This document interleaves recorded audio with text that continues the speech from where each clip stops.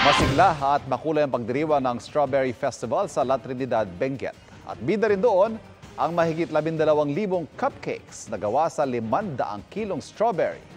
Nakatutok si Claire Lacanilao ng GMA Regional TV 1 North Central Luzon. Ang pagiging Valley of Colors ng La Trinidad, Benguet ipinamala sa 42nd Strawberry Festival. Suot ang mga tradisyonal na Cordilleran attire, sumayaw sila sa harap ng munisipyo. Ipinapakita rito ang ritual ng pasasalamat. Nagpasikat din ang drum and lyre bands.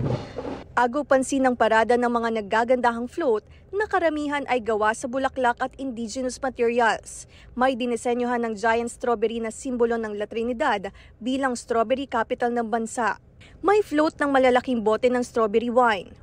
Napakaganda and very innovative yung mga gumawa. Well and good.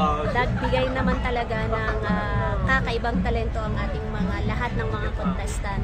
Ayan, so sa experience ko, talagang ang ganda. Ang celebration ng ating Strawberry Festival is a community event and also a tourism event.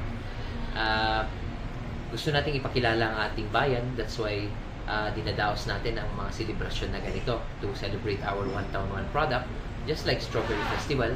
Highlight din ng festival ang mahigit 12,000 strawberry cupcakes na inihain sa Municipal Gymnasium.